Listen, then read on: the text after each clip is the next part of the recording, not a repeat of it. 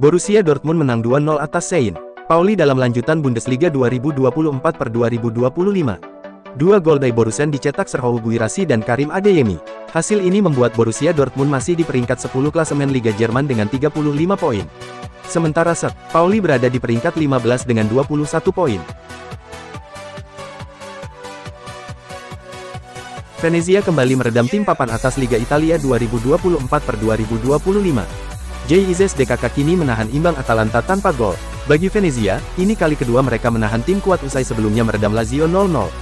Hasil ini membuat Venezia masih berada di peringkat 19 klasemen Liga Italia dengan 18 poin dari 27 laga.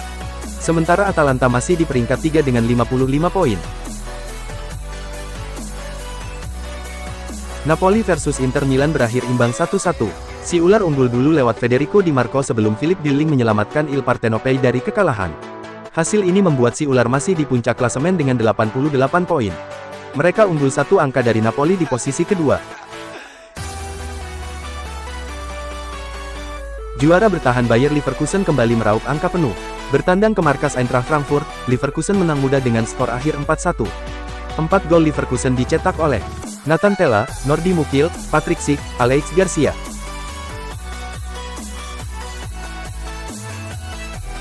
Sedangkan gol Frankfurt dicetak Hugo Ekitike. Dengan 3 tambahan angka ini, Bayer Leverkusen kini mengoleksi 53 poin dari 24 pertandingan. Leverkusen menempati peringkat kedua klasemen Liga Jerman dengan selisih 8 poin dari Bayern Munich di puncak, sedangkan Frankfurt ketiga setelah mengoleksi 42 poin. Real Madrid dipaksa menelan pil pahit dalam lanjutan Liga Spanyol. Madrid mesti mengakui keunggulan tuan rumah Real Betis dengan skor tipis 1-2. Duel Real Betis vs Real Madrid digelar di Estadio Benito Villamarin pada Minggu, tanggal 2 Maret dini hari WIB. Madrid memulai dengan menjanjikan setelah unggul cepat dari gol Brahim Diaz. Johnny Cardoso mengawali comeback Real Betis usai mencetak gol penyama. Di babak kedua, Isco menghantui Madrid, mantan klubnya, dengan gol penalti untuk menentukan kemenangan tuan rumah. Dengan demikian, Real Madrid melewatkan peluang naik ke puncak klasemen Liga Spanyol. Madrid tetap di peringkat kedua usai mengumpulkan 54 poin, sama dengan Barcelona di puncak dan cuma unggul 1 poin dari Atletico Madrid 3, yang sesaat lagi akan bertanding. Sementara itu Real Betis naik 1 peringkat ke urutan 6 dengan perolehan 38 poin. Manchester City melenggang ke 8 besar Piala FA 2024/2025 usai mengalahkan Plymouth Argyle. The Citizens menang 3-1. Di menit ke-38, Maxim Talovierov bisa membuat gol sundulan ke gawang City, memanfaatkan umpan Matthew Sorinola. Skor 1-0 untuk tim Championship itu. City baru bisa menyamakan skor di masa injury time babak pertama, di menit ke-45+1. Nico O'Reilly bisa merobek gawang Plymouth Argyle lewat sundulan, memanfaatkan umpan De Bruyne. Skor 1-1 bertahan sampai jeda. Di babak kedua, City masih menguasai banyak bola. Anak asuh Pep Guardiola masih kesulitan mencari gol keduanya. Sulitnya mendapat gol membuat City memasukkan Erling Haaland di menit ke-59. Namun striker Norwegia itu juga masih kesulitan. Gol yang dicari City akhirnya datang pada menit ke-76. O'Reilly mencetak gol keduanya, kali ini memanfaatkan umpan Phil Foden. Skor menjadi 2-1. Gol itu membuat Plymouth kendur. City kemudian menambah 1 gol lagi lewat Kevin De Bruyne di menit ke-90, memastikan kemenangan 3-1. Hasil ini membuat Manchester City maju ke perempat final Piala FA 2024/2025. Sementara kiprah Plymouth Argyle, yang bisa menyingkirkan tim-tim Premier League di Piala FA, harus terhenti. Thiago Motta menghadapi tekanan besar di Juventus. Meskipun Direktur Olahraga Cristiano Giuntoli membantah kabar pemecatan, situasi Motta tetap tidak aman. Beberapa nama sudah dikaitkan sebagai calon penggantinya. Juventus ingin memastikan keputusan sebelum Piala Dunia antar klub dimulai pada tanggal 14 Juni tahun 2025. Media Italia seperti Tuttosport dan La Gazzetta dello Sport menyebut beberapa nama sebagai calon pengganti. Gian Piero Gasperini dan Antonio Conte menjadi favorit utama. Selain itu, Igor Tudor juga masuk dalam daftar pertimbangan. Selain 3 nama di atas, Tuttosport menambahkan Roberto Mancini dalam daftar kandidat. Bruno Fernandes disarankan meninggalkan Manchester United agar bisa meraih trofi. Pemain asal Portugal itu juga sedang menjadi sasaran kritik di Man United. Saya pikir Bruno Fernandes dan Manchester United bisa berpisah secara alami. Dia pesepak bola yang brilian, kata Cole seperti dikabarkan oleh Mirror. Dia bukan pesepak bola sempurna seperti Steven Gerrard, Paul Scholes, atau Kevin De Bruyne, tapi dia pesepak bola brilian yang sudah sangat fantastis untuk Manchester United selama periode sulit klub dalam 40 tahun terakhir, kata dia menambahkan. Dia bisa lebih dari sekadar bangga dengan apa yang dia capai di Manchester, tapi saya pikir dia pantas untuk bermain di klub yang lebih baik. Itu akan menjadi titik perpisahan untuk Lin, dan itu akan menguntungkan keduanya, kata dia menambahkan. Mika Bierret terus menunjukkan performa luar biasa di Prancis. Striker muda ini mencetak hat-trick saat AS Monaco mengalahkan Reims 3-0 di lanjutan Ligue 1 2024/2025, Sabtu tanggal 1 Maret tahun 2025, dini hari WIB. Bierret bergabung dengan Arsenal pada 2021 dan sempat dipinjamkan ke RKC Waalwijk serta Motherwell. Ia akhirnya dijual ke Sturm Graz pada Juli tahun 2024 sebelum pindah ke Monaco. Arsenal kini tengah kesulitan mencari striker tajam. Cedera Kai Havertz dan Gabriel Jesus membuat lini depan mereka kurang produktif. Dengan Bierret yang terus mencetak gol di Prancis, Mikel Arteta mungkin menyesal telah melepasnya terlalu cepat. Juventus dikabarkan tertarik dengan bek Valencia, Christian Mosquera untuk musim panas 2025. Sebagai gantinya, Valencia naksir dengan bek FC Twente dan timnas Indonesia, Miss Hilgers. Permainan Hilgers mirip dengan Mosquera, namun Hilgers 3 tahun lebih tua. Ia telah menjalani musim yang fantastis bersama FC Twente dalam beberapa musim terakhir. Harga Hilgers ditaksir hanya 11 juta euro, sekitar 189 miliar rupiah. Valencia bakal untung besar dengan menjual Mosquera dan mendatangkan Hilgers sebagai penerusnya. Pep Guardiola sempat kasih sinyal perlunya generasi skuad Manchester City, tapi ia lantas meluruskannya, bilang hanya Kevin De Bruyne yang situasinya abu-abu. Pada pekan lalu Guardiola memberi isyarat bahwa sebagian dari pemain-pemain seniornya kemungkinan akan pergi. Tapi ia meluruskan ucapan itu, menegaskan hanya De Bruyne yang situasinya masih mengambang karena kontraknya habis tanggal 30 Juni mendatang. Jangan salah paham dengan ucapan saya. Ada pemain-pemain di sini yang lebih dari 30 tahun, yang akan jadi bagian dari masa depan klub ini, kecuali De Bruyne, yang mana dia dan klub akan memutuskan, kata Guardiola dikutip Metro. Yang lainnya punya kontrak dan musim depan saya memperkirakan mereka ada di sini. Mereka akan membantu kami, ya atau ya. Sebuah manuver transfer menarik dimainkan Liverpool. The Reds dilaporkan berencana merekrut mantan pemain Manchester United, Mason Greenwood. Menurut laporan tersebut, Slot menilai Greenwood bakal jadi pengganti yang sempurna untuk Salah. Winger 23 tahun itu baru pindah ke Marseille di musim panas kemarin. Namun sejauh ini, ia sudah mengemas total 15 gol dan 3 assist bagi klub Prancis itu. Greenwood juga sempat berkarir cukup lama di Inggris bersama Manchester United. Jadi ia dinilai sudah mengenali medan dan bisa langsung beradaptasi dengan timnya. Sang pemain dikabarkan akan ditebus dengan mahar sekitar 75 juta euro. Angka ini dilaporkan sesuai dengan harga yang diinginkan Marseille. Jadi The Reds akan segera memproses transfer ini agar Greenwood bisa merapat ke Anfield. Raksasa Liga Spanyol Barcelona dikabarkan berniat membajak Julian Alvarez dan rela mengorbankan Ferran Torres demi mempermudah transfernya dari Atletico Madrid. Rumor ini diklaim oleh Vicajes. Media itu menyebut bahwa Barcelona menyiapkan dana hingga 50 juta pounds untuk menggoda Atletico Madrid. Namun Barca tak hanya menyiapkan dana segar, mereka juga dikabarkan siap mengorbankan Ferran Torres demi memperlicin transfernya dari Atletico. Namun belum diketahui apakah Atletico bakal rela melepas Alvarez atau tidak. Selain karena baru semusim bermain di tim asuhan Diego Simeone itu, sekarang ia jadi top skor sementara Los Rojiblancos.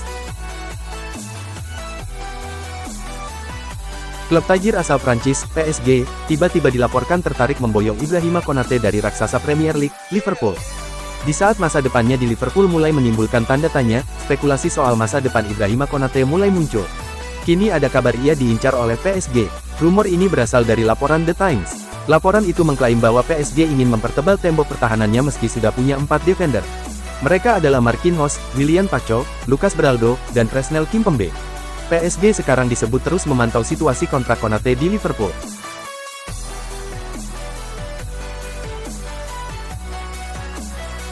Penjualan McTominay ke Napoli disorot oleh Gunnar Solskjaer. Pria yang pernah menjadi pemain dan pelatihmu ini menyebut McTominay mestinya dipertahankan, mengingat kontribusi dan pengalamannya di klub. Scotty McTominay bermain dengan baik di Napoli.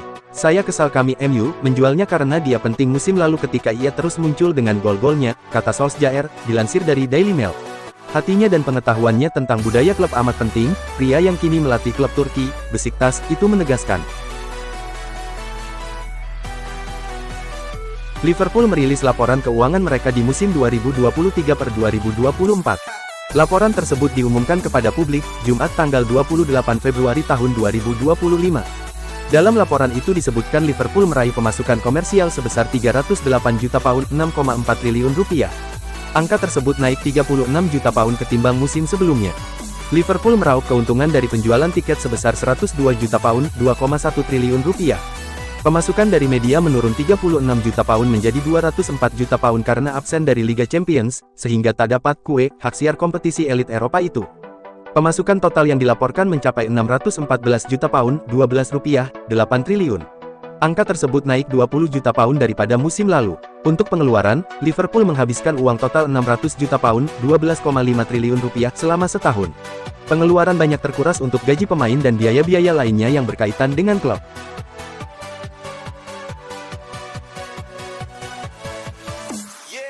Piala Dunia Antar Klub 2025 berlangsung di Amerika Serikat. Lionel Messi menilai ini adalah kesempatan untuk Major League Soccer berkembang. Messi, yang bermain untuk Inter Miami, menyambut baik perhelatan Piala Dunia Antar Klub di Amerika Serikat. Dia menilai MLS bisa terus berkembang melalui ajang ini.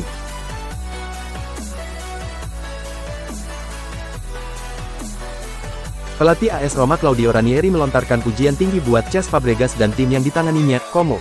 Adakah maksud terselubung dari Ranieri? Nah, pertemuan Roma dengan Como turut menghadirkan kisah lain di balik layar.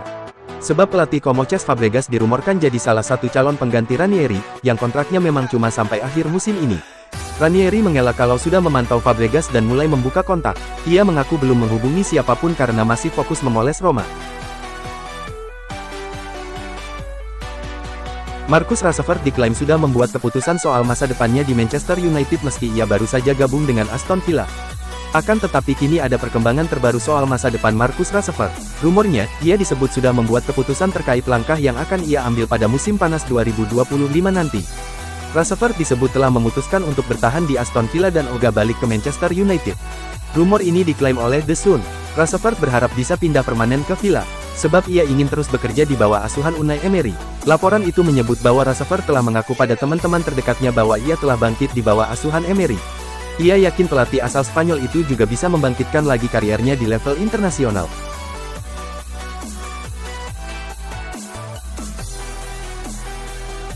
Güler kini lebih legowo melihat masa depannya di Madrid sebagai pemain cadangan, tapi berharap bisa punya peran penting musim depan. Arda Güler, dari yang tadinya berontak ingin hengkang, kini diklaim ikhlas dengan keadaannya di Real Madrid sebagai pemain cadangan. Dia disebut bakal bertahan dan melihat masa depannya ada di Santiago Bernabeu. Menurut Relevo, Güler telah berubah pikiran dan sekarang yakin, suatu saat dirinya bakal diandalkan Los Blancos. Sepanjang musim ini, Güler bermain di 28 laga kompetitif dengan mencetak 3 gol dan 5 assist. 10 di antaranya, dia bermain sebagai starter alias pemain inti. Pelatih Barcelona Hansi Flick mendesak klub untuk membelikan dia 2 bek baru di bursa transfer musim panas mendatang. Demikian dilansir dari Sport. Menurut Sport, klub Catalan saat ini membuka negosiasi prakontrak dengan bek Bayer Leverkusen Jonathan Tah. Selain bek sentral, Flick juga menginginkan skuadnya kedatangan fullback anyar. Manchester United mendapatkan pembeli potensial untuk sosok Anthony. Sang winger kini dilaporkan jadi incaran dari raksasa Serie A, Juventus. Menurut laporan tersebut, pelatih Juventus, Thiago Motta berminat untuk merekrut Anthony di musim panas nanti. Motta dikabarkan kepincut melihat aksi Anthony di Betis. Ia menilai sang winger bisa membuat lini serang Juventus lebih dinamis di musim depan. Manchester United sendiri dilaporkan siap untuk berpisah dengan Anthony di musim panas nanti. Namun Setan Merah dilaporkan meminta tebusan sekitar 40 juta euro untuk jasa sang winger. Jean-Philippe Mateta, striker Crystal Palace, menjadi korban tackle horor di Piala FA. Kepalanya diterjang lawan. Insiden itu terjadi dalam laga babak kelima Piala FA antara Crystal Palace versus Millwall di Selhurst Park, Sabtu tanggal 1 Maret tahun 2025. Laga dimenangkan tuan rumah 3-1. Di laga itu, insiden horor terjadi di menit ke-8 pertandingan. Mateta, striker Palace, kena tendang kiper Millwall, Liam Roberts. Momen itu berawal dari upaya Mateta mengejar bola lambung rekannya ke kotak penalti Millwall. Roberts keluar untuk mengejarnya. Dalam situasi itu, Jean-Philippe Mateta kemudian diterjang Roberts. Kiper Millwall itu mengangkat kakinya, dan menerjang kepala Mateta. Mateta langsung ambruk dan mendapat pertolongan medis. Selama 10 menit penyerang asal Prancis itu dirawat, sebelum ditandu keluar. Melansir TNT Sports, Mateta langsung dibawa ke rumah sakit. Pemain 27 tahun itu mengalami cedera di bagian telinga. Steve Parish, bos Crystal Palace, mengecam tackle itu. Ia menilainya sebagai tackle paling sembrono.